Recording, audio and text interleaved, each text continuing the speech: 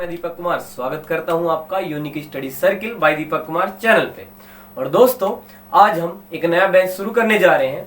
आज से हम पढ़ने जा रहे हैं RS Agarwal mathematics for class 10th। दोस्तों, कुछ अपने दोस्तों मित्रों की इच्छा अनुसार हम आज ये क्लास 10th का मैथमेटिक्स बेंच इस चैनल पर शुरू कर रहे हैं। आप जानते हैं इसके अलावा भी हम 2 बेंच और चलाए हुए हैं। ठीक है दोस्तों, तो देखिए दोस्तों, आज से हम शुरू कर रहे हैं RS अग्रवाल का मैथमेटिक्स। और दोस्तों, आज हम शुरुआत करेंगे इसके सेकंड टॉपिक से, जो कि हमारा टॉपिक है पॉलिनोमियल्स। ठीक है दोस्तों, तो चलिए देखते हैं आज हमारा टॉपिक पॉलिनोमियल्स क्या है। तो देखिए दोस्तों, सबसे पहली बात यही है कि पॉलिनोमियल्स क्या होता है। तो देखिए दोस्तों, पॉलिनोमियल्स को समझने से पहले हम समझना चाहते हैं कि वेरिएबल क्या होते हैं, ठीक है दोस्तों, और कांस्टेंट क्या होता है। इन चीजों को हम समझना चाहते हैं। तो देखिए दोस्तों, आपने सुना होगा, आपने अक्सर कोई एक्सप्रेशन देखा है जिसमें x का या फिर y का या फिर z का इस्तेमाल किया है।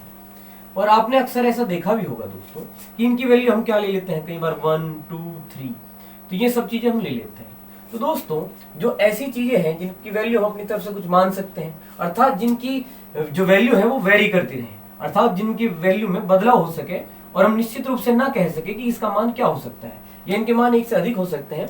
इस प्रकार से दोस्तों, जिनका मान वेरी करता रहता है, इनकी घूमता रहता है, बदलता रहता है, या फिर अपनी तरफ से हम कुछ मान सकते हैं, तो दोस्तों वो क्या कहलाते हैं, वेरिएबल। जबकि दोस्तों, जिनके मान पहले से ही फिक्स होते हैं, निश्चित होते हैं, ठीक है दोस्तों, जैसे कोई नंबर्स है, रियल नंबर्स वगैरह हैं, या 1 2 3 इस प्रकार से दोस्तों ये रियल नंबर्स होते हैं, या कोई भी नंबर दोस्तों रियल नंबर आप कह लीजिए एक शब्द में आप इसको, तो ये सभी क्या होते हैं दोस्तों, कांस्टेंट होते हैं। अगर बात हम नोटेशन में करें दोस्तों, तो ABC वगैरह को हम अक्सर क्या मानते हैं, कांस्टेंट ही मानते हैं, और XYZ को हम अक्सर वेरिएबल के रूप में लेके चलते हैं। इसके अलावा भी होते हैं दोस्तों, जैसे कई बार हम V U या T या फिर S को, ऐसी चीजों से भी कई बार वेरिएबल को हम दोस्तों डिनोट करते हैं। तो दोस्तों, सबसे पहली बात तो यही हुई कि अब वेरिएबल क्या होता है, कांस्टेंट क्या होता है। तो दोस्तों, वेरिएबल क्या हुआ, जिसके मान बदल सकते हैं, और जिसके मान नहीं बदल सकते वो क्या है दोस्तों, जो निश्चित है वो क्या है, कांस्टेंट है। तो दोस्तों, हमें यहाँ समझना है क्या पॉलिनोमियल। तो दोस्तों, बेसिकली पॉलिनोमियल क्या है। तो दोस्तों, बेसिकली वेरिएबल एंड कांस्टेंट्स का एक कॉम्बिनेशन ही क्या है दोस्तों, पॉलिनोमियल है। लेकिन इसे अच्छे से डिफाइन हम कैसे कर सकते हैं, ये हम समझना चाहेंगे।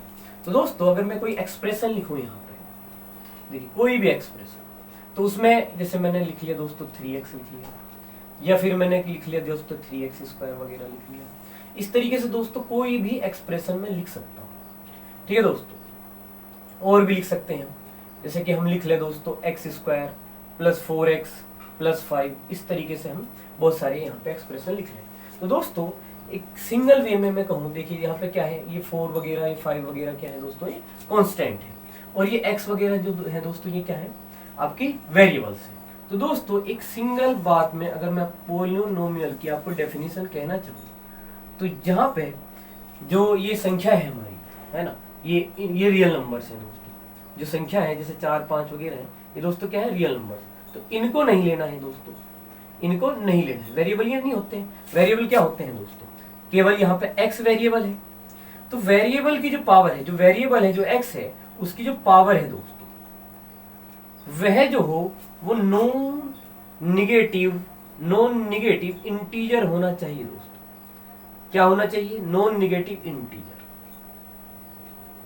क्या आप समझते हैं, नॉन निगेटिव का मतलब क्या हुआ दोस्तों, अर्थात जो x की पावर है, यानी कि जो x की पावर है, जैसे यहाँ पे 1 लिखिए, यहाँ पे 2 लिखिए, या 3 लिखिए, तो ये जो पावर है दोस्तों, ये आपका क्या होना चाहिए, नॉन निगेटिव का मतलब है दोस्तों कि निगेटिव नहीं होनी चाहिए, निगेटिव पावर नहीं होनी चाहिए। इंटीजर का मतलब क्या होता है दोस्तों, कि वो पूरा नंबर हो, जैसे फ्रैक्शन ना हो, जैसे 1/2 है, 3/2 है, 5/2 है, इस प्रकार की चीजें फ्रैक्शन नहीं होती है दोस्तों। इंटीजर क्या होते हैं आपको पता हो है, जैसे 0 1 2 3 4 दोस्तों, ये है नॉन निगेटिव इंटीजर्स। इंटीजर में माइनस के भी नंबर आते हैं, -1 -2 -3, लेकिन दोस्तों यहाँ पे बात हो रही है नॉन निगेटिव की, तो ये नहीं आएंगे। केवल कौन कौन से आएंगे, 0 1 2 3 4, इस तरीके से डॉट डॉट दोस्तों, ठीक है। तो बेसिकली पॉलिनोमियल क्या हुआ दोस्तों, जिसमें आप क्या चेक करेंगे, किसी भी एक्सप्रेशन में आपको कोई भी एक्सप्रेशन लिखा हुआ है दोस्तों, जैसे यहाँ पे 3x² + 4x + 5 की हम बात कर दें, ये है दोस्तों, एक है 3x² प्लस √3x है प्लस 6 है दोस्तों, ये हम बात कर ले। एक हम एग्जाम्पल लिए दोस्तों x² 3√x ली प्लस 6 या 7 की बात कर लेते हैं दोस्तों। तो इनमें से कौन कौन पॉलिनोमियल है? तो दोस्तों देखिए, जो ये नंबर्स हैं ये तो रियल नंबर्स हैं, इनकी नहीं बात हो रही है दोस्तों, केवल बात हो रही है वेरिएबल की। वेरिएबल कौन है? x है। यहाँ पे भी कौन है दोस्तों? x है। यहाँ पे ध्यान से देखिए, यहाँ पे पावर क्या है दोस्तों? 2 है। यहाँ पे दोस्तों कुछ नहीं है तो पावर क्या मान जाएगी? तो जो पावर है एक तो 2 है और एक क्या है दोस्तों? 1 है। तो ये क्या है दोस्तों? क्या ये निगेटिव? नहीं। या क्या ये भिन्न है? क्या ये इस रूप में है? कोई फ्रैक्शन के रूप में नहीं है दोस्तों, ये फ्रैक्शन के रूप में भी नहीं है, ये नॉन निगेटिव इंटीजर है दोस्तों। ये क्या है? नॉन निगेटिव इंटीजर है, ना तो ये माइनस है और न ही ये फ्रैक्शन में है। तो इसलिए दोस्तों, क्योंकि यहाँ x की पावर, वेरिएबल की पावर एक नॉन निगेटिव इंटीजर है, इसलिए यह जो है एक पॉलिनोमियल है। यस, यह एक क्या है दोस्तों? एक पॉलिनोमियल है। अगर हम बात करें दोस्तों यहाँ पर, तो देखिए दोस्तों, हमें कंफ्यूजन आ सकता है, क्योंकि हमें पता है कि अंडर रूट का मतलब क्या है। अंडर रूट का मतलब है पावर 1/2। लेकिन दोस्तों यहाँ पे अगर हम गौर करेंगे तो यहाँ तो नंबर, रियल नंबर यानी कि 3 पे रूट लगा हुआ है। यहाँ पे 3 पे ही, यहाँ पे 6 है। अगर हम दोस्तों यहाँ पे बात करें किसकी? वेरिएबल की, जो कौन है? x है। यहाँ पे कौन है दोस्तों? x है। यहाँ पे पावर कितनी है? 2। यहाँ पे दोस्तों कितनी पावर है? 1। तो दोस्तों अगर ध्यान से देखें तो 2 और 1, जो वेरिएबल की पावर है वो 2 और 1 है, जो यहाँ पे भी इसी तरीके से नॉन निगेटिव इंटीजर है। तो दोस्तों ये भी क्या हुआ? एक पॉलिनोमियल है। यस, यह एक पॉलिनोमियल है दोस्तों। और अगर दोस्तों मैं इसकी बात करूं तो अब गौर से देखिए, 3 पे या 7 पे तो रूट नहीं है। x की पावर यहाँ कितनी है दोस्तों? 2 है। यहाँ पे कितनी है दोस्तों? x की पावर 2 है। लेकिन दोस्तों यहाँ की मैं बात करूं तो यहाँ पे x को हम क्या लिख सकते हैं कि पावर 1/2 लिख सकते हैं, और ये दोस्तों 7। तो आप गौर से देखिए दोस्तों, वेरिएबल की पावर, x की पावर क्या आ गई? एक फ्रैक्शन नंबर आ गया है ना दोस्तों। ये इंटीजर नहीं है। यह क्या है? इंटीजर है कोई? नहीं दोस्तों, यह इंटीजर नहीं है दोस्तों। यह क्या है? एक फ्रैक्शन नंबर है। क्या है दोस्तों? एक फ्रैक्शन। और जब फ्रैक्शन होगा, हमें तो फ्रैक्शन नहीं चाहिए, तो दोस्तों यह क्या है? एक पॉलिनोमियल नहीं है। यह दोस्तों क्या है? एक पॉलिनोमियल नहीं है। तो no, it is not a polynomial.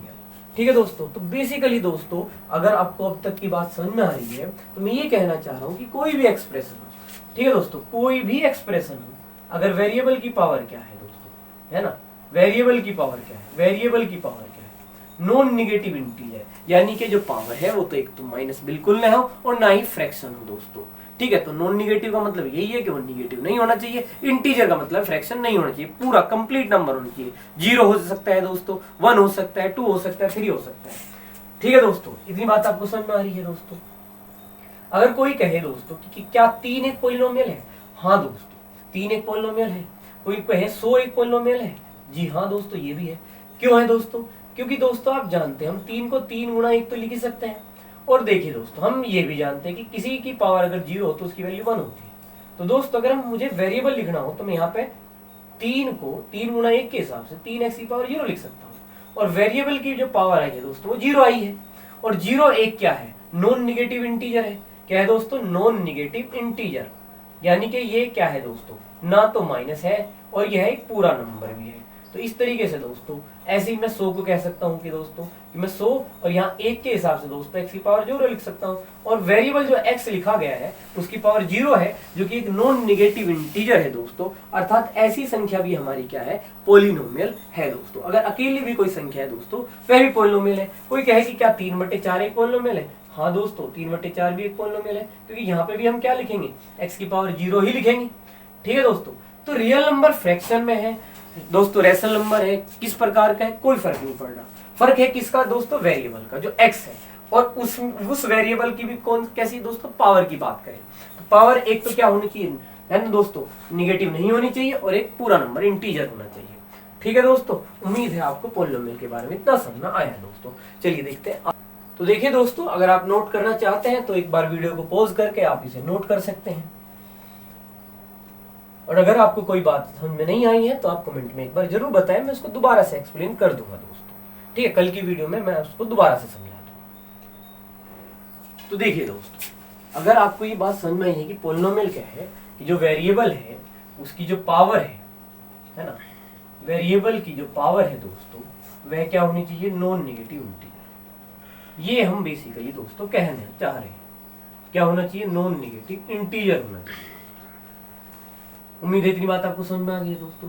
तो देखिए दोस्तों, पॉलिनोमियल ने ये फिक्स नहीं करा कि जैसे हमने बात करी पावर 1 की, हमने बात करी दोस्तों पावर 2 की, हमने बात करी पावर दोस्तों 3 की। इंटीजर तो कहाँ तक हो सकता है, 100 भी हो सकता है दोस्तों, 1000 भी हो सकता है ना, आगे भी हो सकता है। तो दोस्तों ये सभी क्या है, पॉलिनोमियल्स है। तो इसका मतलब पावर इंटीजर होना चाहिए, इंटीजर कहीं तक भी जा सकता है, आपको पता है इनफाइनाइट तक जा सकते हैं, तो पावर ये इनफाइनाइट तक जा सकती है, कितना भी बड़ा नंबर लिया जा सकता है। तो दोस्तों क्योंकि हम यहाँ पे 10th क्लास के स्टूडेंट्स के अकॉर्डिंग हम यहाँ पे समझने के प्रयास कर रहे हैं कि हमें कहाँ तक पूछा जा सकता है, कितनी पावर्स तक। तो दोस्तों इन्होंने यहाँ पे हमें कुछ नाम दे दिया कुछ पावर के बेसिस पे। जैसे इन्होंने दोस्तों कह दिया है क्या, लीनियर पॉलिनोमियल, एक नाम दिया है इन्होंने लीनियर पॉलिनोमियल। तो दोस्तों लीनियर पॉलिनोमियल किसको कहा गया है, ये हम समझना चाहते हैं। तो देखिए दोस्तों लीनियर पॉलिनोमियल कहा है जिसमें वेरिएबल की घात कितनी हो दोस्तों, 1 हो। अर्थात ये कहें कि वेरिएबल की जो डिग्री हो, एक्स की जो डिग्री हो दोस्तों, वह कितनी हो, 1 हो दोस्तों। तो कितना है दोस्तों, अगर एक्स की डिग्री कितनी है दोस्तों, 1 है, यानी कि इसकी पावर जो है दोस्तों, डिग्री मतलब दोस्तों पावर, घबराइए नहीं, तो डिग्री मतलब दोस्तों पावर, अगर 1 है पावर तो वो क्या कहलाएगा, लीनियर पॉलिनोमियल। दोस्तों पता है लीनियर पॉलिनोमियल क्यों कह रहे हैं, अगर आप ऐसा कोई भी एक्सप्रेशन ले, जैसे मान लीजिए आपने लिया x+1 और अगर आपने इसका कभी ग्राफ ड्रॉ किया दोस्तों, तो हमेशा एक क्या होगी दोस्तों, एक सीधी लाइन जाएगी।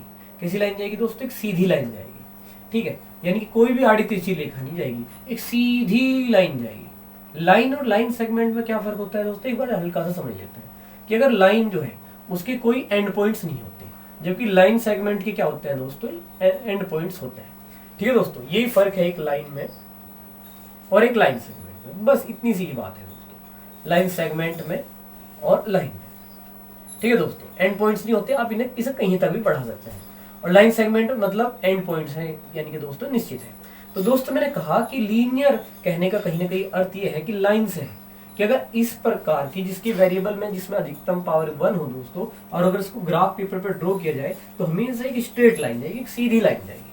ठीक है दोस्तों, तो दोस्तों जिसकी वेरिएबल की पावर डिग्री कितनी हो दोस्तों, 1 हो, उसे हमने क्या कहा, लीनियर पॉलिनोमियल कहा।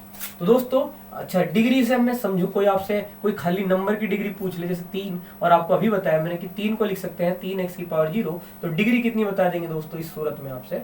कई बार एग्जामिनर परेशान करने के लिए ऐसी चीजें पूछ लेता है दोस्तों, कि कोई नंबर दे दिया, जैसे उसने कह दिया √3, इसकी डिग्री बताओ, आप ध्यान रखना है x की पावर 0 लिख सकते हैं, तो डिग्री कितनी होगी दोस्तों, 0 ही होगी।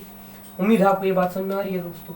ठीक है, अच्छा दोस्तों हम बात करें कि लीनियर पॉलिनोमियल, हमने कहा कि जिसकी डिग्री 1 हो, डिग्री से मतलब जिसकी अधिकतम पावर कितनी हो दोस्तों, 1 हो, तो वह क्या है, लीनियर पॉलिनोमियल। और अगर मैं बात करूं दोस्तों कि जिसकी डिग्री कितनी हो, 2, तो उसे हम क्या कह रहे हैं दोस्तों, क्वाड्रेटिक पॉलिनोमियल। क्या कह रहे हैं दोस्तों, क्वाड्रेटिक पॉलिनोमियल, क्वाड्रेटिक पॉलिनोमियल, इसको हम ना कह रहे हैं दोस्तों क्वाड्रेटिक पॉलिनोमियल। अर्थात इसका मतलब क्या हुआ कि अगर x की डिग्री यानी कि वेरिएबल की डिग्री कितनी है दोस्तों, 2 है, कितनी है, 2 है, अधिकतम पावर 2 है दोस्तों, यानी कि x की पावर अधिकतम क्या है, 2 है, तो उसे बोलते हैं हम क्वाड्रेटिक पॉलिनोमियल। तो दोस्तों 3 पावर वाले को हम क्या बोल रहे हैं, क्यूबिक बोलते हैं दोस्तों, क्या बोलते हैं, क्यूबिक पॉलिनोमियल बोलते हैं। जिसकी अधिकतम डिग्री कितनी है दोस्तों, यानी कि पावर कितनी है, 3 है दोस्तों, डिग्री कितनी है दोस्तों, 3 है दोस्तों, 3, तो उसको क्या बोल रहे हैं हम, क्यूबिक पॉलिनोमियल बोल रहे हैं। जबकि दोस्तों अगर हम 4 तक की बात करें तो उसको क्या नाम दिया गया है, बाई क्वाड्रेटिक नाम दिया गया है दोस्तों। क्या नाम दे दिया गया है, बाई क्वाड्रेटिक, इसको हम बोल रहे हैं बाई क्वाड्रेटिक पॉलिनोमियल। ठीक है दोस्तों, उम्मीद है आपको ये बात समझ में आ रही है। तो दोस्तों कोई भी एक्सप्रेशन, मैं यहाँ पे सिंगल ही लिख रहा हूँ दोस्तों, ऐसा ना समझे। देखिए x की ये पावर लेना है, आप इसमें x+6 लिख दीजिए, आप इसमें x-100 लिख दीजिए, आप इसमें y-7 लिख दीजिए, कुछ भी दोस्तों, जो वेरिएबल है ना उसकी पावर 1 रहनी चाहिए, कोई समस्या नहीं है। क्वाड्रेटिक में ऐसा नहीं कि मैं x² लिखूं तो इतना ही होगा, है ना। आप कोई लंबा चौड़ा एक्सप्रेशन कैसे लिख सकते हैं, जैसे कि आपको पता है, देखिए दोस्तों 1 और मतलब एक सिंगल टर्म लिखी, अपने डबल लिखी टर्म, तो इसमें भी आपने पढ़ा होगा, अपने मोनोमियल पढ़ा होगा, बाइनोमियल पढ़ा होगा दोस्तों, है ना, आपने ट्राइनोमियल पढ़ा होगा।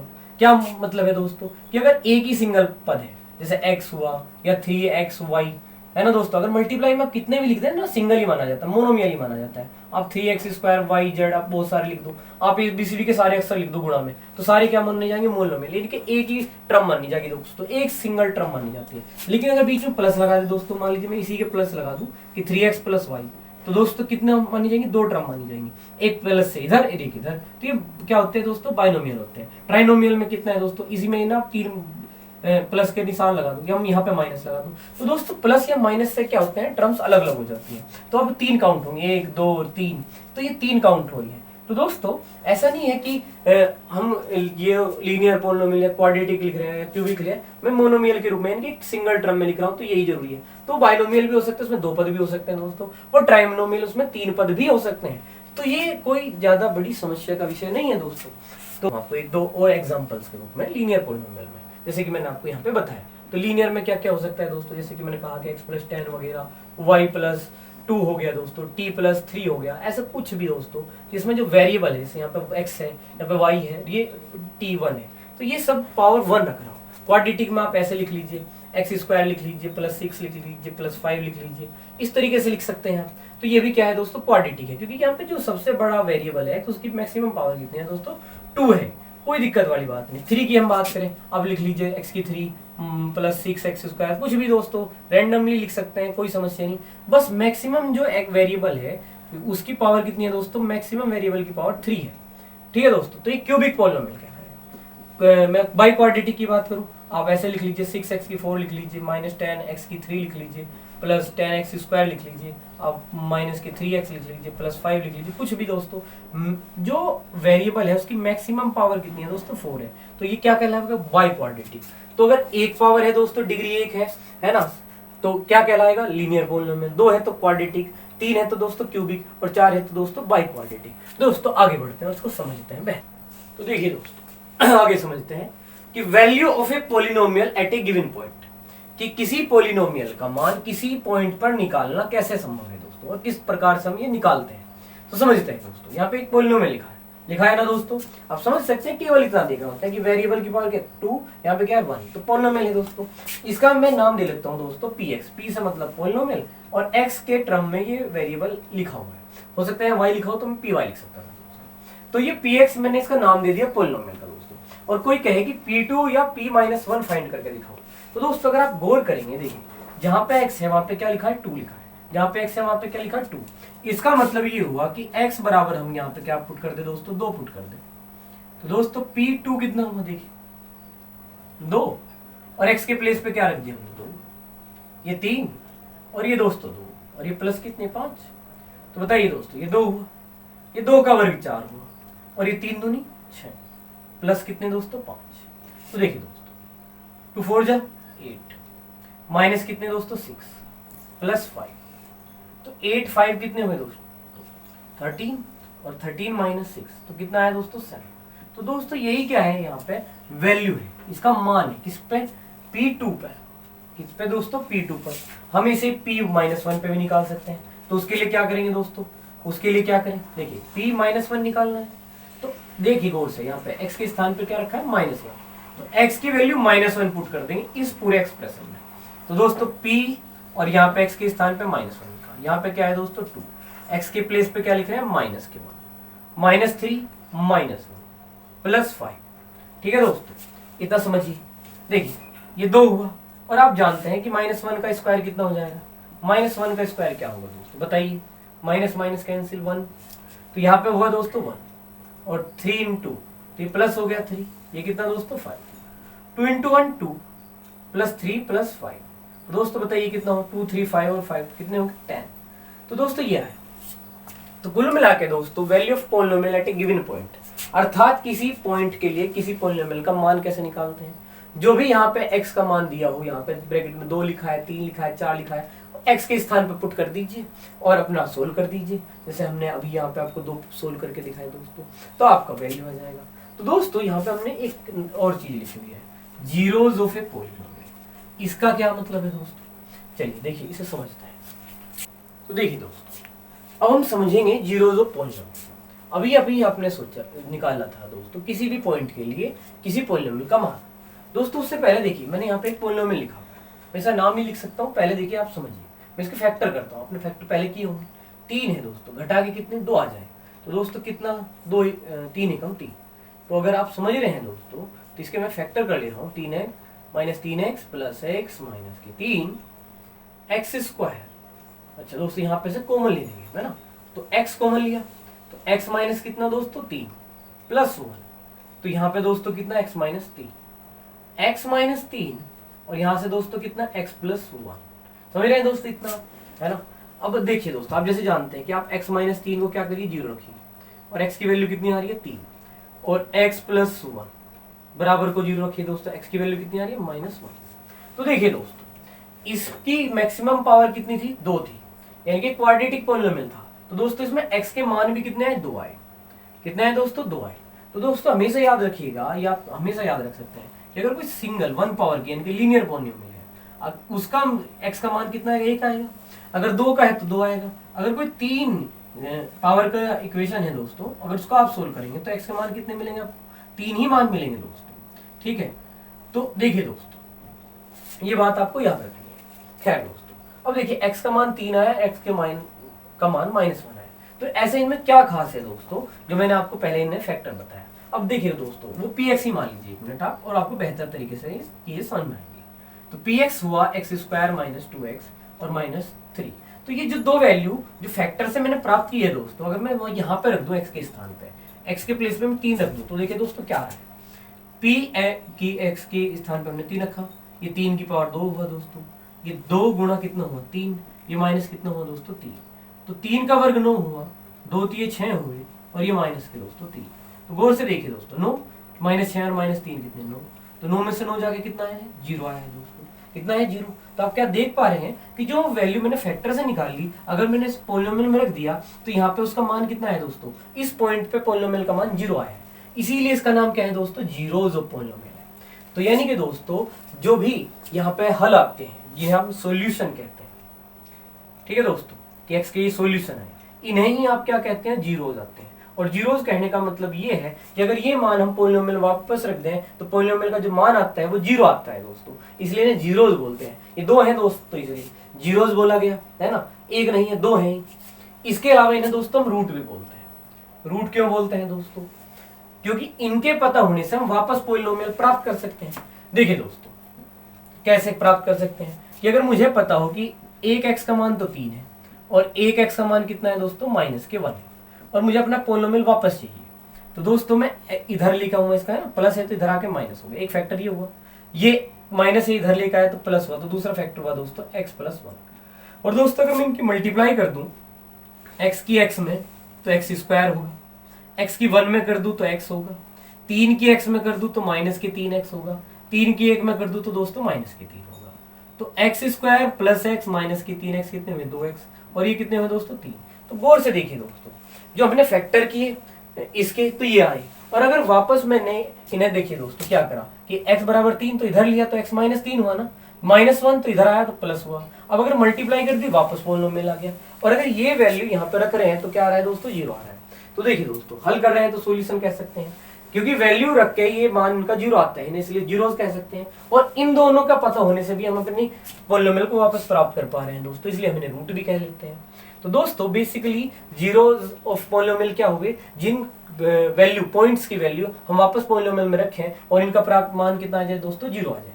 तो देखिए दोस्तों अब आप अपनी बुक्स में आगे देखेंगे कि क्या आया है, आपको अल्फा और बीटा नजर आएगा दोस्तों, अल्फा और बीटा। आप सोचेंगे पता नहीं क्या ये अल्फा क्या है दोस्तों, है ना, और ये बीटा क्या है।